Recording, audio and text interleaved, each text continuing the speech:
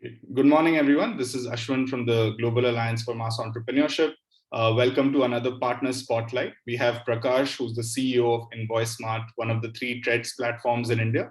As you would know, Treads is one of the platforms that allows MSMEs in particular to discount their invoices, get working capital finance much sooner than they would otherwise.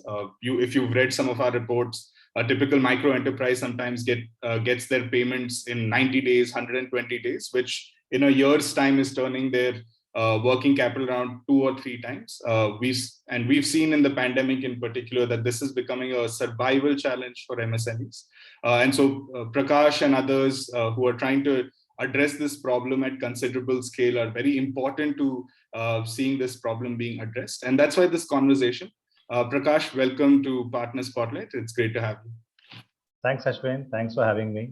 Great. And to kick things off, I think would love to know a little bit more about Treads, what you guys do, and then Invoicemart in particular. Any new initiatives or any activities that you like to highlight as Invoicemart as an organization? Sure. So a bit on Treads, you covered that in your initial, introduction. This was introduced by RBI, and this came out of a working paper on delayed payments itself, and as long back as during the time of Raghuram Rajan and his Committee on Financial Sector Reforms in 2008. And the problems that MSMEs face in India are typically no different to what they face in a number of countries. And what we see as Treads today in India has been implemented in various forms in other countries, namely NAFINs in Mexico. So this was, I would say, the genesis of Treads. The attempt was to get and solve the problem of delayed payment of MSMEs, number one. Two, while solving the problem, ensure that the interest rates that they get are nominal and are not fancy rates and do not add to the problem which they already face. Third is also that this actually unveils a new way of data around MSMEs. So data itself has been a problem linked to the financing issues. That's right. Or the lack of it. And for the first time, when invoices get financed across the country for various buyer-seller combinations, a rich pool of data is also being created, which can once again be used in so many forms going ahead. So a combination of all this is what I would say spurred Treads. It had an MSME focus, but having said that, these days, I would say the focus is also shifting towards buyer and financiers who are now beginning to find real benefits on onboarding on the platform.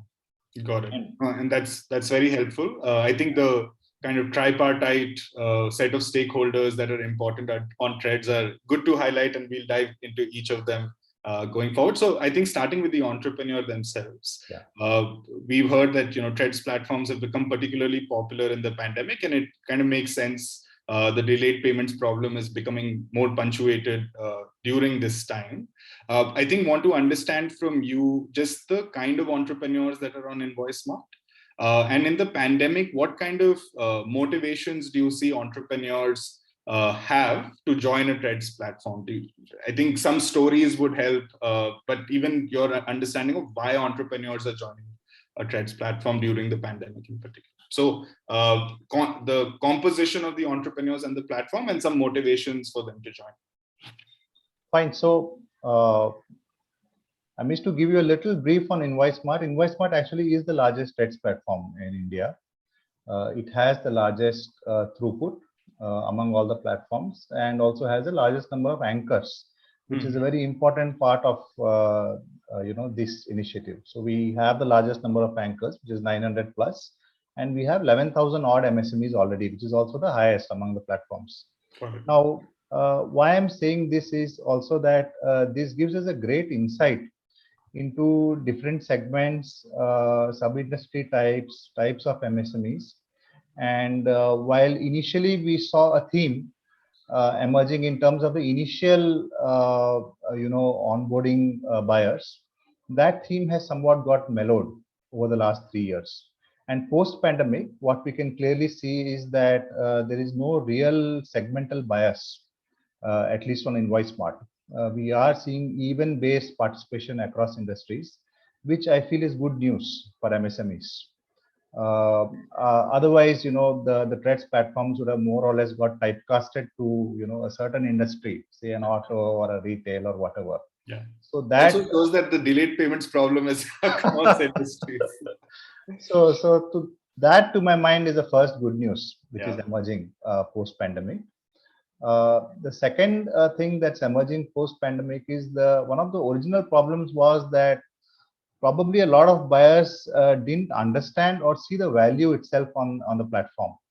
That has quickly changed during the pandemic period. Hmm? So now buyers are beginning to see value, and when I say buyers, I'm meaning anchors both across the government as well as the private space, Right. because we are witnessing a very strong resurgence in volumes in both government and private. Got it.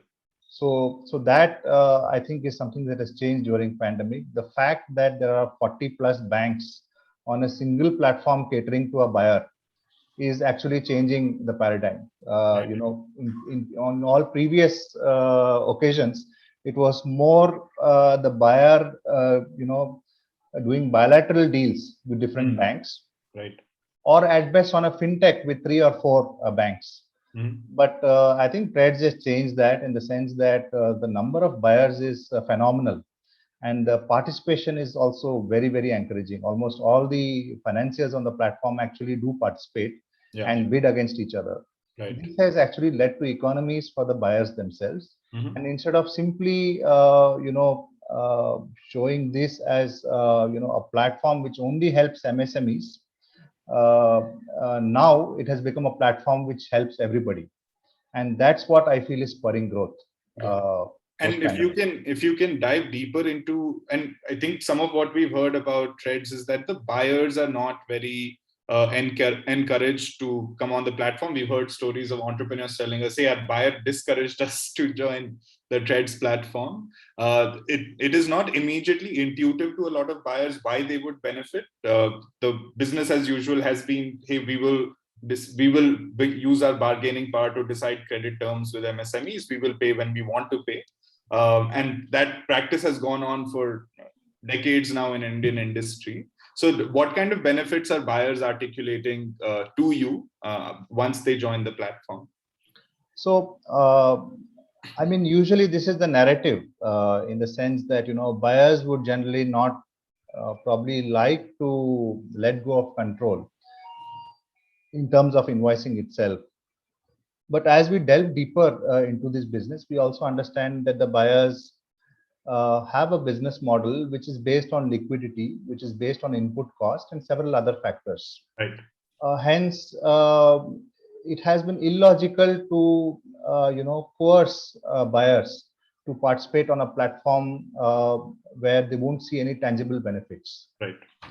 So while it is true, in terms of what the MSMEs have expressed, at least in case of some buyers, I would not say that it is generally true across all buyer communities.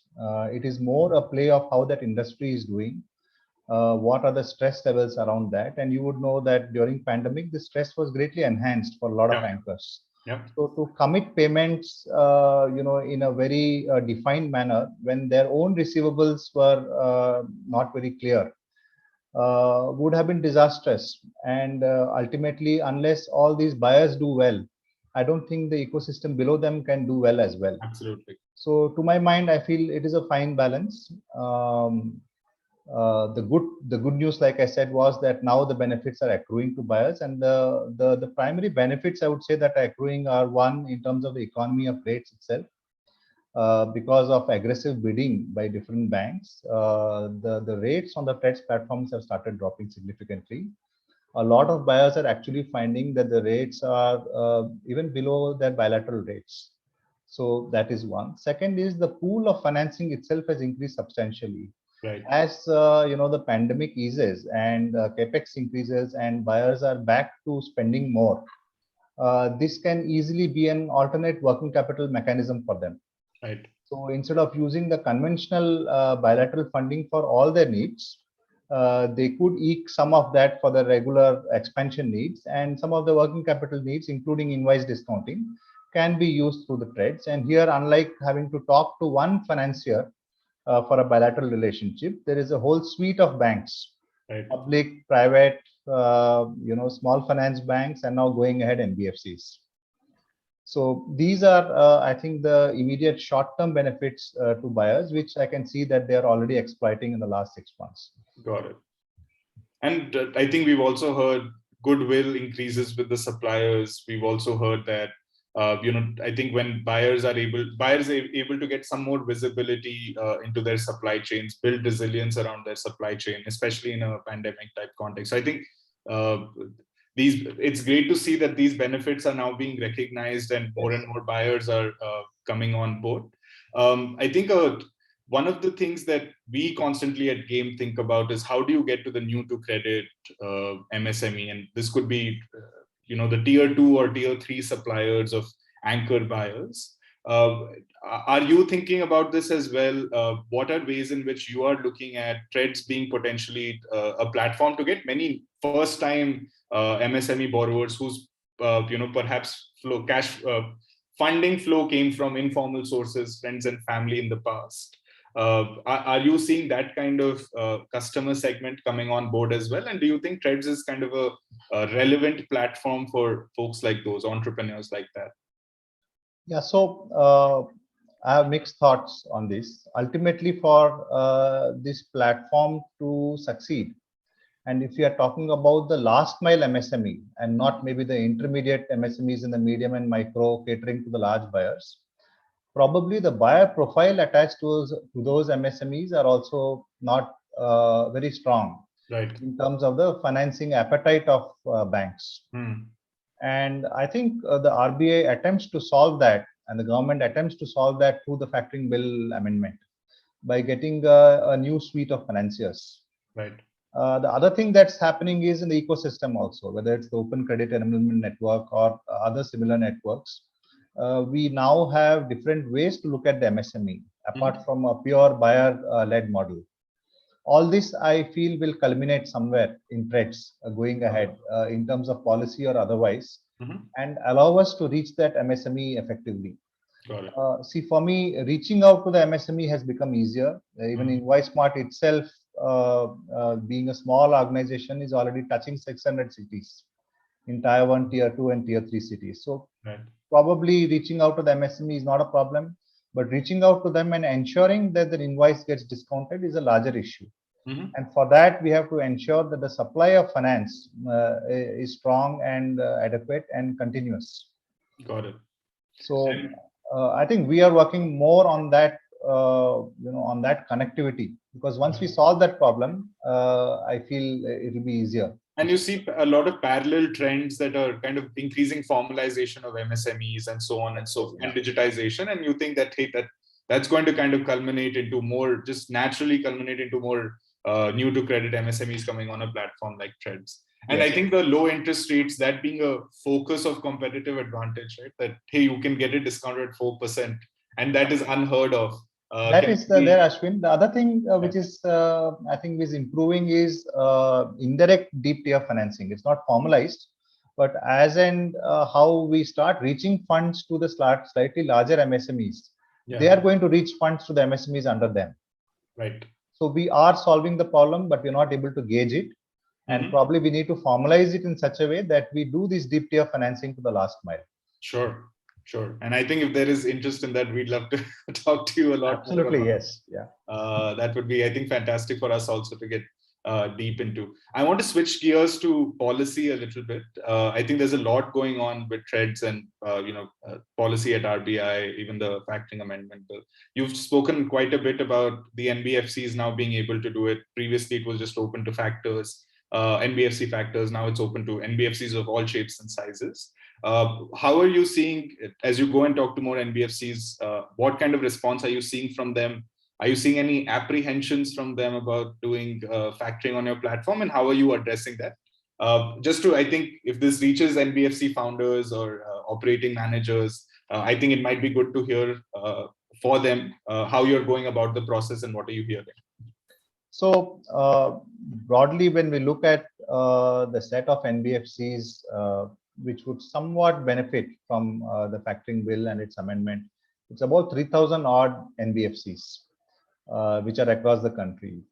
It will narrow down a little more if you look at the space in terms of MSME financing, and some of them could be individual financing and its offshoots. And then there are themes within the NBFCs in terms of rural, semi-urban, urban, and digital NBFCs themselves.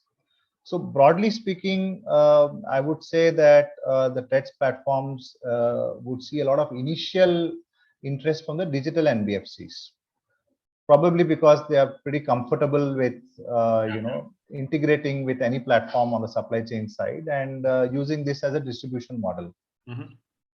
So I'm sure that the initial successes are probably going to come in that space. But for this to reach its end goal in terms of what the government wants or RBI wants is a larger participation of the smaller NBFCs. Because my feeling is they would understand the local markets well, and very localized markets at that. And we would want them to come on board and try the product. The reason being that it's not that since Threads is a fintech in so many ways, we do not cater to NBFCs who are not that fintechy. Sure. So that is not a fact. If an NBFC wants to work with us purely in a manual mode, we are equally comfortable with working with all kinds of NBFCs and trying to adapt to their systems and ensure that benefit reaches the last man standing, including the NBFC themselves. Sure. So my real request to all the NBFCs would be not to think of it as something very fancy. It's not. Between the three TREDS platforms, the financing which is already happening is to the tune of 3,000 crores a month. So yes, if you had asked me this question 3 years back, I would have been a bit circumspect. I'm not that circumspect anymore. Yeah. And this 3,000 crores is clearly fixed in the top end of India's corporates. So, the entire slew of corporates between rating of say BBB plus and below and unrated is actually lying unattended and up for the grabs. And all these are corporates which are good corporates. Probably they don't have that much documentation around them, but I feel that this is a good set for the right yield that NBFCs are looking for, and also in terms of the amount of MSMEs that are supplying to them. Got it. In terms of what you're looking forward to on the policy front, are there? I think this challenge of inability to finance in non-investment grade corporates or low-rated investment grade corporates. We've heard trade credit insurance being put out there. We've also heard that credit guarantees on the TREDS platform might be helpful. What are you hoping for, looking forward to, pushing the government on that kind of will help increase transaction volume? What are you looking forward to? So I feel in terms of giving the initial push, getting the initial set of corporates to come, then giving priority sector lending benefits to banks, already a big push was given. A kind of push that is not seen probably in the organized private fintech space. So there, the TREDS platforms have started with an advantage. I feel from a policy perspective, it might help if the NBFCs are given some benefit over and above their commercial benefit in participating on TREDS, akin to say priority sector lending for banks. So that is something probably the RBI or other agencies can have a look to encourage more activity around this. The other thing that they could look at is to look to include agri in the space of TREDS and widen the scope there, because agriculture is a large part of our economy. Right. Third is in terms of indirect PSL benefits when banks on lend to NBFCs and making that part of TREDS. Got it. So anything that the banks pump by way of funds into any NBFCs across the country for the use of TREDS is incentivized. The banks are also incentivized in some way. Those are some things I can think of in the in the financing space. In terms of buyers, really, I would feel that the time has come that we look at benefits to the corporates rather than forcing regulation on all the buyers. We live in a commercial economy and in a market-driven economy, and there has to be a real benefit to all concerned. So there, I'm really not sure what would work for corporates in that sense, but anything in the GST space, anything in terms of CSR, anything that they do on this can be recognized in any other way as well. Sure. And I think we've thought about, MSME champion awards or prompt payment awards, and these can be mechanisms in which we should, and regulation has been tried. We have the MSMED Act. For micro and small enterprises, they have to pay before 45 days. We're seeing that that's not even working to a certain extent. Yeah. Perhaps not the way to go, but I think more market-driven solutions, can we get them in front of buyers and articulate the benefits as well as possible? And I think you're certainly driving that charge. That makes sense. So Ashwin, some of the largest corporates in India and some of the largest PSUs are actually doing good work on the trades. Probably I feel that some of their efforts are not recognized sufficiently, and probably a formal way of giving citations to them would help. Got it. No, and that's very helpful. That's something that we are certainly thinking about and have tried in the past. So I think that we will circle back with you on that. At least I think folks that you think on the platform are doing a stellar job. We should certainly recognize them in some meaningful way. One of the more recent conversations we've had with our policy group on finance, at least, is given that it's going to be a hard challenge to get too many buyers, and this universe is vast, onto a platform like Threads more immediately. And this has been a discussion that the Threads platforms also have had, can we have a parallel window on Threads, which is just a financier and a MSME essentially? And I mean, these invoices can be GST verified, the interest rates might be higher, and so on and so forth. But it certainly, our sense is that immediately can bring liquidity to MSMEs that may not be able to get it because their buyers are unwilling, for example. What is your thought on, a seller-driven window, so to speak? We've also heard that, hey, that can distract us from the effort of bringing many more buyers to address this problem and bringing them onto this movement. So, your own sense of this idea of a seller-driven window, is this something that we should be pursuing as an ecosystem or not? So, really the answer lies in, is it a seller-driven market or a buyer-driven market? I think it will definitely work. And if you look at Oken and other models, probably they are all, efforts towards that direction. Right. A seller-driven thing. And I don't see why that shouldn't work on Threads. Of course, the point here is ultimately those who are financing these initiatives, they will have to stay true to, the digital spirit of that. Right. If they go back to a form of underwriting that is, more archaic, then probably we'll be back to square one. Right. Yeah. We'll have documents, we'll have high interest rates, and it really won't solve the problem. So probably the beauty of a buyer-driven model is today an MSME sitting in Rourkela can dream of getting 3.5% on a sale invoice. Right? I don't see him getting that on a seller-driven model. Understood. So that's very well put. Yeah. So both have their merits, and I don't see that one excludes the other. I feel the Threads platform itself is greatly flexible in terms of whatever products you want to add there. So I do feel that there should be a seller-driven model. I also feel that there should be a secondary market for everything that we are doing on Threads, because these are all priority sector lending assets. These can also be consumed by the market as and when they require. Sure. Last question. I think for the entrepreneurs listening, I think it'll be good to understand, and this might be an odd last question, but good to understand if their buyers are not willing at this stage. So they want to join Threads, but somehow the buyers are not willing, or they've not been able to convince the buyers. What are you able to do in that case? How are you able to help the entrepreneur? So I can probably answer that because I'm pretty much on the side of these entrepreneurs.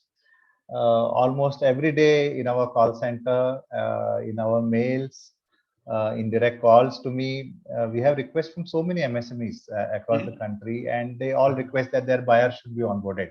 Yeah. There are also cases where the buyer is onboarded but not willing to commence discounting. Right. So really, we are the brand ambassadors for this business. My team and I, we personally actually visit corporates where MSMEs are showing interest, and now I think we are in a much better position compared to earlier, where we are able to go and convince the exact benefits that the buyer will get in terms of onboarding onto the platform. So MSMEs are also sharp businessmen, as we all are, and they all know that for this ecosystem to work, their buyer also has to see some benefit in the process. And that benefit actually, unfortunately, is not known to their buyer. So my suggestion to them is to refer these buyers to us. We are more than happy to go and make a pitch for MSMEs through their associations and directly as well to all the buyers, and exactly show them the value proposition. A buyer who is not convinced of the value proposition or the commercial benefit of joining a TREDS platform is likely not going to participate, or at least enthusiastically participate in any of these programs. Today, luckily, what has happened is that regardless which MSME contacts us from whichever segment, we have success stories in each of their industry. So if somebody comes to me from a very small auto company from the east, I will have successes across the country of large, medium, and small auto companies who are already on TREDS. So the job of now conveying that winning proposition has probably become easier. No, and I think that's to that question. The answer that Prakash gave essentially is that if you want to be on the TREDS platform, your buyer is unwilling, Invoicemart team will go and try and convince them, which is absolutely, I think an excellent point to end on. That we are on Team MSME and we're going to try to find a solution for them. Prakash, thank you so much for joining. This was a great conversation, and hope people who are listening reach out to you and connect with you and the Invoicemart team on being a buyer, or financier, or an entrepreneur on the platform. Thank you so much for thanks, coming Ashwin. to And I also thank Game for organizing this. This is a very, very important part of this whole exercise. Reaching out, we'll have to do through partners like you. And we are more than happy to participate in any future initiatives you have. Thank you very much. Thank you. Take care. Bye.